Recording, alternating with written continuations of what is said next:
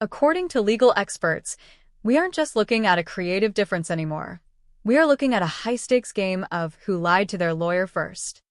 But why is a prestigious law firm like Willkie Farr and Gallagher suddenly caught in the middle of a Hollywood ego trip?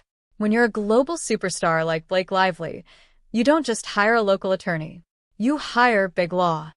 Specifically, Lively is being represented by Willkie Farr, a firm ranked among the top 100 globally. To give you an idea of the scale here, partners at these firms often bill between $1,000 and $2,000 per hour. Think about that for a second. If you have a team of 5 to 10 associates scouring through every email Blake ever sent to Ryan Reynolds or Ben Affleck, the meter is running fast. Legal experts estimates that this legal team is likely billing upwards of $20,000 per day. In the world of celebrity litigation, money is often used as a blunt force instrument. The goal is simple: outspend the opponent until they have no choice but to settle. But what happens when the opponent, Justin Baldoni, refuses to blink? What happens when the facts you gave your lawyers don't match the digital trail you left behind? Could the very team hired to save Blake's reputation be the ones most embarrassed by what they found in her inbox? Right now, both sides have filed what are known as motions for summary judgment. In plain English, this is the legal equivalent of standing up in front of a judge and saying, "Your Honor, the evidence is so obvious that we shouldn't even waste time with the jury. Just give me the trophy now." Justin Baldoni's team is saying he wins because there's no way a jury could side with Blake. Blake's team is saying she wins because there's no way a jury could side with Justin. It's a classic standoff. However, legal experts points out a glaring issue. These motions are often purely performative. In a case that relies on he said or she said and subjective interpretations of workplace behavior, a judge is almost never going to grant a summary judgment.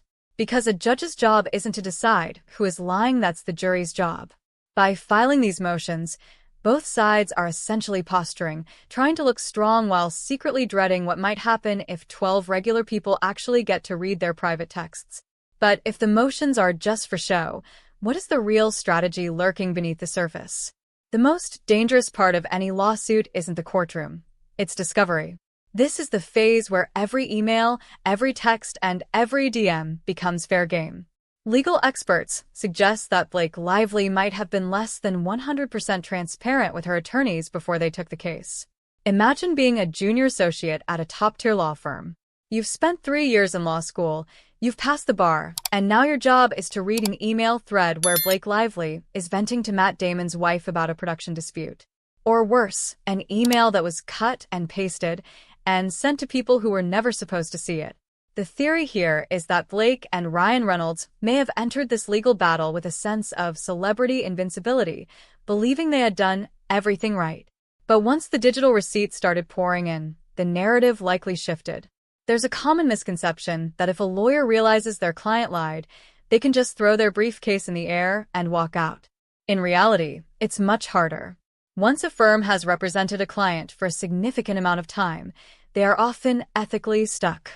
Lawyers have a duty to their clients, and dropping a high-profile client in the middle of a massive lawsuit requires court permission and a very good reason, one that doesn't violate attorney-client privilege.